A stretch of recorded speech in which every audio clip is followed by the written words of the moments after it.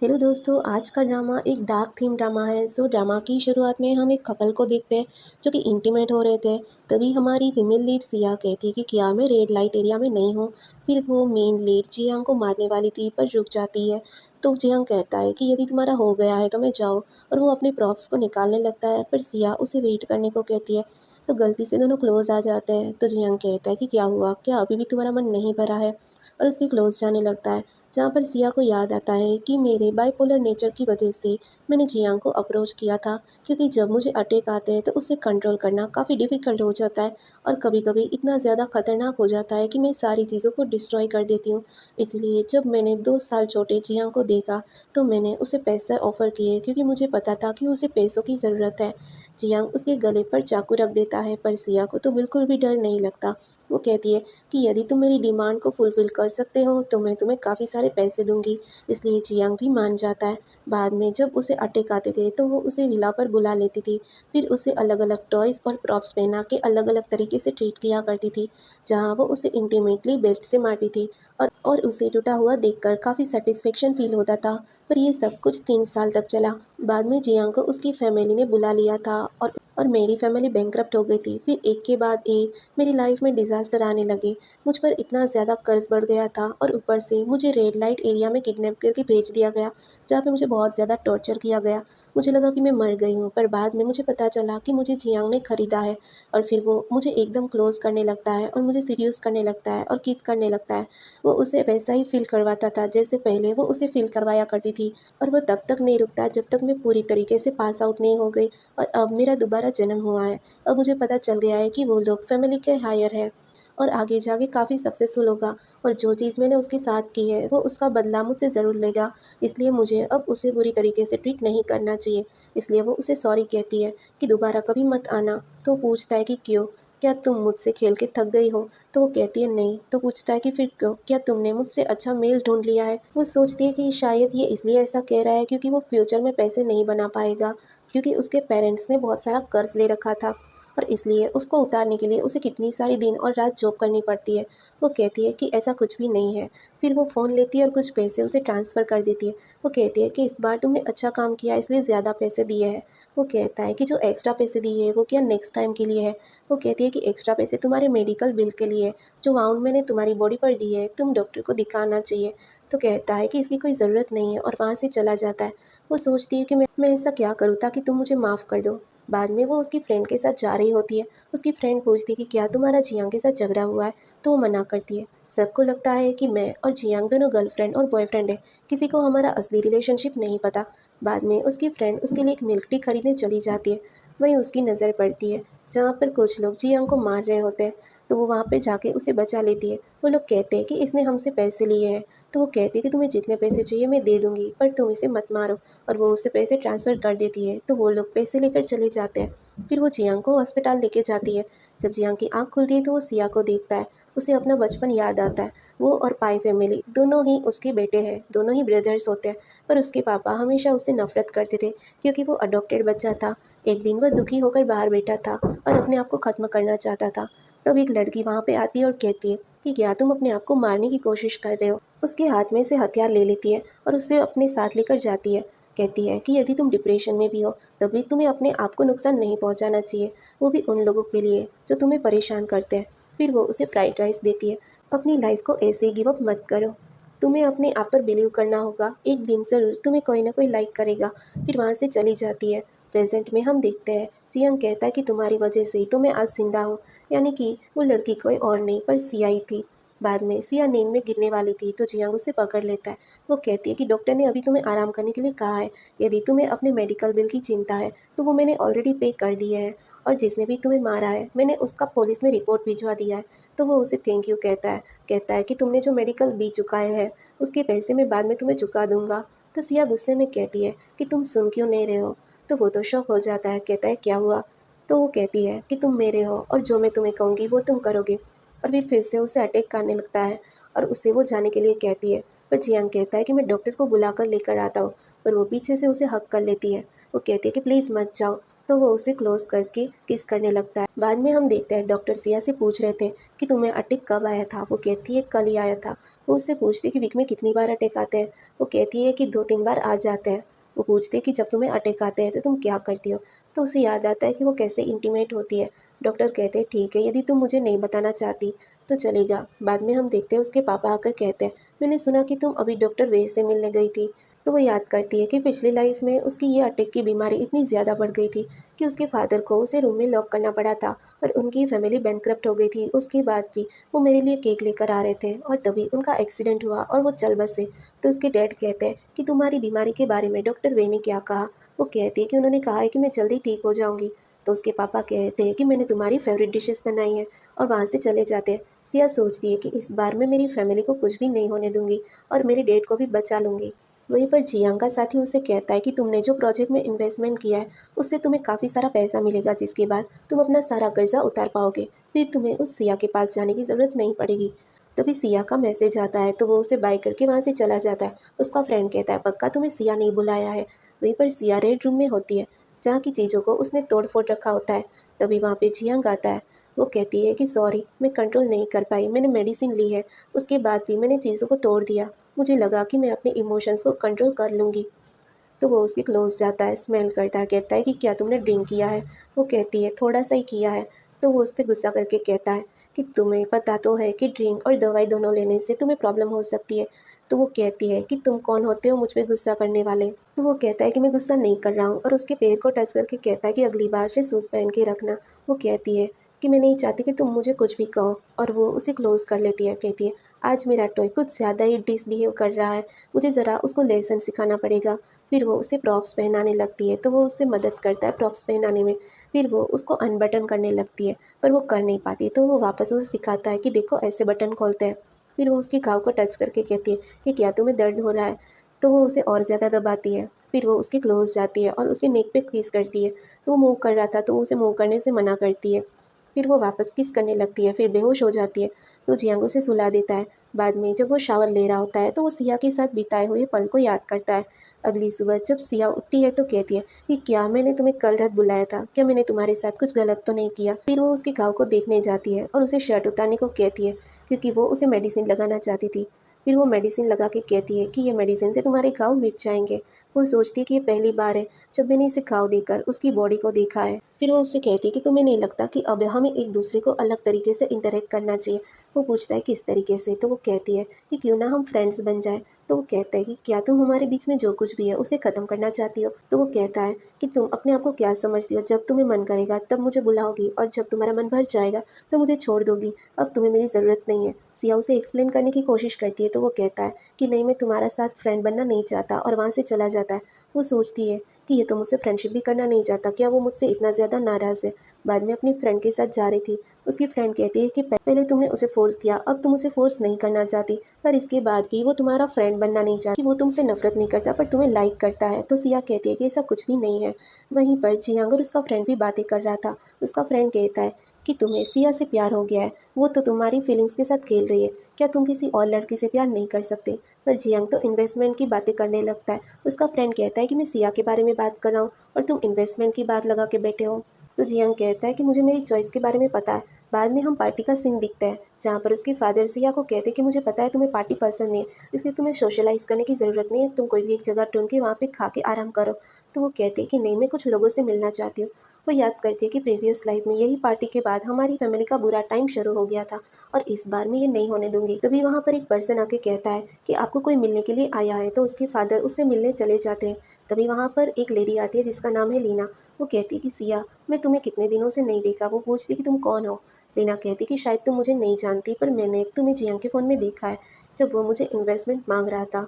तो सिया कहती है कि कहना क्या चाहती हो। तो वो कहती है हम लड़कों को बदल सकते हैं तो क्यों ना तुम मुझे जियांग दे दो। तो वो कहती है कि जियांग को खिलौना नहीं है जो मैं तुम्हें दे दूँ, मैं तुम्हारे साथ ये डील नहीं करना चाहती। तो वो उसे वीडियो दिखा के धमकी दे रही थी पर सिया उसे थप्पड़ लगा देती है। वहाँ जियांग भी होता है, वो सब देख रहा होता है कि तुम्हें यदि वो पसंद आ गया इसका मतलब ये नहीं कि मैं वो तुम्हें दे दूँ। और वो कोई खिलौना नहीं है। तो लीना कहती है कि फिर भी तुम्हें मुझ पे हाथ नहीं उठाना चाहिए था। वो कहती है कि मैं वो लड़की नहीं हूँ जिसे तुम आसानी से बुली कर सको। यदि तुमने जियांग के साथ कुछ भी करने की कोशिश की तो मैं तुम्हें नहीं छोड़ूंगी। तुम्हें किस तरीके की बीमारी है और यही चीज़ तुम्हारी फैमिली को एक दिन डिस्ट्रॉय कर देगी। तभी वहाँ पर उसका डैड आता है। वो कहते हैं कि मैंने ऐसे ही इसको बोल दिया था। तो उसके डैड कहते कि तुम मेरी प्रीशियस बेटी की इंसल्ट कर रही हो। और वो किसी को बुलाते हैं। वहीं पर जियांग भी एक लेडी को उनके पास भेजता है। वो कहती है कि सिया ने मुझ पे हाथ उठाया, फिर भी मैं माफ़ी मांगती हूँ। तो वो लड़की आकर उसे थप्पड़ लगा देती है। वो कहती है प्रेसिडेंट लीना अभी अभी यन फैमिली के अंदर आई है, उसे यहाँ के रूल्स के बारे में नहीं पता और आगे से हम इसे ऐसी इवेंट अटेंड करने के लिए नहीं लाएंगे और प्लीज़ आप इस मैटर को भूल जाइए। तो सिया कहती है ठीक है और वहाँ से चली जाती है। वो कहती है कि आज से तुम्हारी यन फैमिली में जो पोजीशन है उसे वापस लेती हूँ। तुम ये फैमिली का कोई भी रिसोर्सेज यूज़ नहीं कर सकती और यदि तुमने फिर भी ट्रबल किया तो तुम्हें यन फैमिली से मदद नहीं मिलेगी। तो लीना कहती है कि मैंने ऐसा तो क्या गलत कर दिया, मैंने कुछ वर्ड्स ही तो बोले हैं। तो वो कहती है कि तुमने उस लड़की से पंगा लिया जिससे नहीं लेना चाहिए था। तभी सिया को कोई पकड़ लेता है। सिया कहती है कि तुम तो वही लड़की हो, यदि तुम्हें पैसे चाहिए तो मैं तुम्हें दे सकती हूँ। पर वो कहती है कि मुझे पैसे नहीं चाहिए, मुझे एक प्रॉमिस चाहिए, आगे से तुम जियांग से दूर रहना। यदि तुम ऐसा करती हो तो मैं जियांग के सारे कर्ज माफ़ कर दूंगी। वो कहती है कि क्या तुम्हें उससे प्रॉब्लम है। तो वो सोचती है कि मैं नॉवल की बुक से टाइम ट्रैवल करके यहाँ पर आई हूँ। वो कहती है कि वो सब छोड़ो, जो मैंने कहा है वो याद रखना, अगली बार मैं सीधा तुम्हारे बेडरूम पर आऊँगी। वो कहती है ठीक है। फिर वो लोग चले जाते हैं। वो सोचती है कि इस हॉल में तो सिक्योरिटी है और इतनी टाइट सिक्योरिटी होने के बाद भी ये अननोन लोग कैसे अंदर आ गए। फिर वो वहाँ से जा रही होती है तो वहाँ पे जियांग होता है। वो पूछती है कि तुम यहाँ पे क्या कर रहे हो। वो कहता है कि मैं तुम्हारे लिए वेट कर रहा था। फिर उसका हाथ पकड़ के उसे अपने क्लोज करता है। वो कहता है कि जो हमने पहले डिसाइड किया था उसे ही कंटिन्यू करते हैं। मैं अपना बिजनेस स्टार्ट कर रहा हूँ और मुझे पैसों की ज़रूरत है, इसलिए मैं तुम्हें पहले जैसे खुश कर सकता हूँ। तो सिया कहती है कि मैंने डिसाइड किया था कि इस बार मैं उसे ये सब चीज़ करने के लिए फोर्स नहीं करूँगी। तो वो कहती है कि नहीं। पर वो कहता है कि क्या अब तुम्हें मेरा फेस और बॉडी पसंद नहीं है। तो वो कहती है कि क्या तुम्हें मेरे साथ रहना इतना ज़्यादा पसंद है। तो वो मन में कहता है कि ये फीलिंग मुझे बहुत ज़्यादा पसंद है, पर उसे कहता है कि मुझे अभी सिर्फ पैसे चाहिए। तो वो कहती है ठीक है, पर मेरी एक कंडीशन है, इस बार मुझे सिर्फ तुम्हारी अपर बॉडी नहीं पर लोअर बॉडी भी चाहिए। वो सोचती है पक्का मना कर देगा, पर वो तो मान जाता है और उसे किस करने जाता है, पर वो रोक देती है। कहती है बाद में तुम्हें कॉन्टेक्ट करके बुलाऊंगी और वहाँ से चली जाती है। वो सोचती है कि ये कैसे मेरी कंडीशन मान सकता है। वो याद करती है कि उसकी फ्रेंड ने कहा था कि वो तुम्हें पसंद करता है। फिर वो उसे फ़ोन करती है तो फ़ोन में कोई कहता है कि अभी से फ़ोन मत करना। तो उसे लगता है कि कुछ गलत हुआ है तो वो तुरंत वहाँ पर जाती है। वहाँ पे अपने एम्प्लॉय के साथ क्लब आती है जहाँ पर काम करने वाले लड़के से पूछती है कि जियांग कहाँ पर है। तो उसे टच करने की कोशिश करता है तो उसे थप्पड़ लगा देती है और जियांग के बारे में पूछती है। वहीं पर जियांग को तो ट्रॉमा आया होता है। वो उसके पास जाके उसे कम्फर्ट करती है, फिर घर लेकर आती है। डॉक्टर कहते हैं कि इसे ड्रग्स दी गई है पर कुछ ज़्यादा सीरियस नहीं है। फिर डॉक्टर वहाँ से चले जाते हैं। बाद में वो उसे मेडिसिन लेने के लिए कहती है पर वो मुंह फेर लेता है, कहता है कि मुझे हर्ट हो रहा है, मैं नहीं लेना चाहता। तो वो कहती है कि क्या तुम दवाई लेना नहीं चाहते। तो फिर वो खुद दवाई ले लेती है और मेडिसिन किस करके उसे पिला देती है। तो फिर वो कैसे अपने आप पे कंट्रोल कर सकता है, वो भी उसे किस करने लगता है। वो पूछता है कि तुमने मुझे कहा था कि तुम मुझे बुलाओगी, तो तुम मुझे कब बुलाओगी, क्यों ना तुम मुझे वीक में एक बार बुलाओ। तो वो कहती है ठीक है। फिर सोचती है कि मैंने कैसे हाँ कर दी। वो कहता है कि अब तुम अपने शब्दों से पलट नहीं सकती, क्या तुम डर गई। तो वो कहती है कि ठीक, जब टाइम आए तो रोना मत, ये हफ्ते तुम्हारी इंजरी आई इसलिए तुम आराम करो। बाद में वो उसकी आंखों पर हाथ रख के कहीं लेकर जाती है। एक्चुअल में वो उसका स्टूडियो होता है। जियन सोचता है कि इस बार ये मुझे रेड रूम में लेके नहीं लाई पर इसके स्टूडियो में लेकर आई है। वो कहती है कि तुम्हें क्या लगता है, क्या ये अच्छा है। वो कहती है कि मुझे एक मॉडल ड्रॉ करना है, अब मेरी तबीयत काफ़ी ठीक है, इसलिए मुझे पहले की तरह तुम्हें ट्रीट करने की ज़रूरत नहीं है। तो क्या तुम मेरा मॉडल बनोगे। तो वो हाँ कह देता है। एक्चुअल में उसे अच्छा तो नहीं लग रहा था। तो वो उसे शर्ट निकालने को कहती है और उसे एक पोज़ में बिठा देती है, फिर ड्रॉ करने लगती है। वो कहता है कि क्या मुझे इसी पोज़ में बैठे रहना होगा। तो वो कहती है कि हिलो मत, तुम काफ़ी हैंडसम लग रहे हो। फिर वो वापस ड्राइंग करने लगती है। ऐसे ड्राइंग करते करते रात हो जाती है। पर रात में अचानक पावर चला जाता है और सिया को अंधेरे से डर लगता है क्योंकि उसे अपनी प्रीवियस लाइफ का पास्ट याद आता है जहाँ पर उसे रेड लाइट एरिया में भेज दिया गया था और बहुत ज़्यादा टॉर्चर किया गया था। इसलिए वो बहुत ज़्यादा पैनिक होने लगती है। तो जियांग आके कहता है क्या हुआ। तो वो कहती है कि मुझसे दूर रहो, मुझे टच मत करो। तो वो उसे हक करके कहता है कि मैं इधर ही हूँ। तो वो उसके शोल्डर पर बाइट कर लेती है। वो कहता है कि डरो मत, मैं यहीं पर हूँ। वहीं पर वो मिस्टीरियस पर्सन गुस्सा हो रही थी। तुम क्यों जियांग से दूर नहीं रहती, मैंने तुम्हें कितनी बार ट्राई किया कि तुम दोनों अलग हो जाओ, पर फिर भी तुम दोनों साथ हो जाते हो। फिर उसके फ़ोटोज़ को फाड़ने लगती है। कहती है, मैं सिर्फ अपना एक टास्क कंप्लीट करना चाहती हूँ, इस कहानी की हीरोइन को उसके हीरो के साथ मिलाना चाहती हूँ, पर तुम हो कि उस विलेन के साथ रहना चाहती हो। मेरा मन करता है कि मैं तुम दोनों को मार दूँ। तो एक आवाज़ आती है, कहती है, यदि इस कहानी की हीरोइन मर गई तो होस्ट भी मर जाएगा और तुम भी साथ में मर जाओगी, फिर कभी अपनी दुनिया में वापस नहीं जा पाओगी। इसीलिए जो टास्क तुम्हें दिया गया है उसे कंप्लीट करो। तो वो कहती है, यदि यही बात है तो मैं उसे ज़रूर सबक सिखाऊंगी।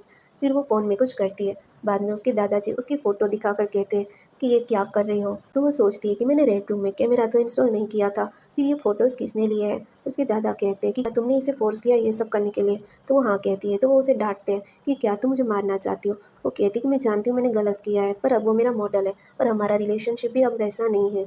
तो उसके दादाजी कहते हैं कि यदि यही बात है तो उसे पैसे दे के कंपेंसेट कर दो, बाद में उसे कभी कॉन्टेक्ट मत करना। तो वो सोचती है कि जियांग का लक कुछ ज़्यादा खास नहीं है और मुझे अभी उसे सपोर्ट करना होगा, इसलिए वो मना करती है। तो उसके दादाजी उसे लाठी मारने जाते हैं, पर उसके पापा आकर कहते हैं कि ये मेरी प्रीशियस डॉटर है, आप प्लीज़ उसे मत मारो। उसके दादाजी कहते हैं, देखो तुम्हारी प्रीशियस डॉटर ने क्या काम किया है, तुम्हारे लाड प्यार ने ही इसे बिगाड़ रखा है। तो वो कहते हैं कि ये बच्चे आजकल ऐसे ही फ़न करते हैं। तो सिया फ़ोटो छुपा देती है। क्या पता वो लड़के को अच्छा लगता हो जब सिया उसे ऐसे ट्रीट करती है। दादाजी कहते हैं कि किस तरीके के बाप हो ऐसा कौन कहता है, और वहाँ से चले जाते हैं और सिया को रूम में लॉक कर देते हैं। फिर सिया को फ़ोन आता है कि जिया को किसी ने पकड़ लिया है। तो वहाँ से जाती है तो गार्ड्स रोक देते हैं। तो वो कहती है कि मुझे बाथरूम जाना है। तो वो लड़की कहती है, मैं आपके साथ चलूँगी। तो सिया वापस अपने रूम में चली जाती है, फिर खिड़की से बाहर निकल जाती है। फिर वो किसी को फ़ोन लगाती है, पर उसका फ़ोन बंद आता है। फिर जियांग उसे साइड में पकड़ के लेके आता है। वो कहती है कि तुम्हें इतना ज़्यादा कैसे चोट लग गया। फिर जियांग बेहोश हो जाता है। वो उसे सोने से मना करती है। वो कहती है कि तुम थोड़ी देर यहाँ पर रुको, मैं ज़रूर कुछ करती हूँ।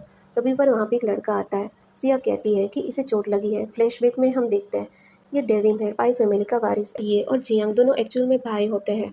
तो वो कहता है कि तुम पैनिक मत हो, मैं इसे ठीक कर दूँ। फिर हमें हॉस्पिटल का सीन दिखाया जाता है। ज़्यादा हिलो मत, तुम्हें चोट लगी है। वो पूछता है कि तुम यहाँ पर क्या कर रही हो, तुम तो जेड सिटी जाने वाली थी। तो वो कहती है, मुझे फ़ोन आया था कि तुम्हें हर्ट हो गए हो। तो वो कहती है कि तुम्हें मेरी चिंता हो रही है। तो वो कहती है हाँ। वो कहता है, तुम्हें मेरी चिंता क्यों हो रही थी। वो सोचती है कि मुझे पछतावा है अपनी गलती का।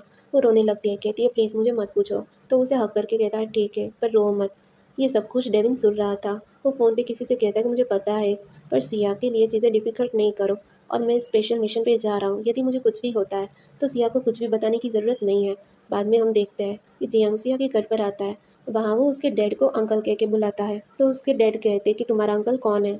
वो मन में सोच रहे थे कि ये वही लड़का है जिसे मेरी बेटी ने रखा है। इसने कपड़े अच्छे नहीं पहने, पर ये दिखने में अच्छा लग रहा है। यदि ऐसे कपड़ों के साथ किसी ने सिया के साथ इसे देख लिया तो ठीक नहीं होगा।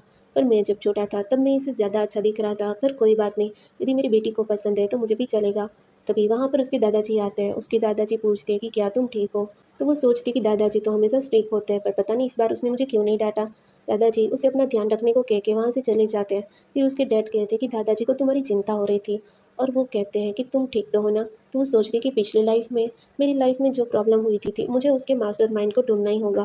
फिर वो स्टूडियो आती है और उसे किसी ने गिफ्ट भेजा होता है। जब वो ओपन करती है तो उसमें वही सारे प्रॉप्स होते हैं जो वो यूज़ किया करती थी। वो कहती है कि ये मुझे किसने भेजे हैं, पर तभी उसे अटैक आने लगता है। वो कहती है कि नहीं, मुझे अभी अटैक नहीं आ सकता।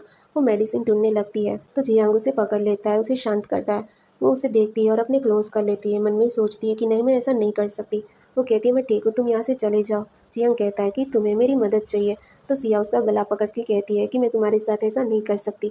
तो वो उसका हाथ वापस गले से लगाते कहता है कि तुम्हें कंट्रोल करने की ज़रूरत नहीं है। वो लोग वापस रेड रूम में आ जाते हैं। जियांग उसे हिल्स पहनाता है तो सिया मन में सोचती है कि नहीं, मैं वो गलती दोबारा नहीं कर सकती। तो जियांग कहता है कि तुम्हें कंट्रोल करने की ज़रूरत नहीं है, तुम जो चाहे वो मेरे साथ कर सकती हो।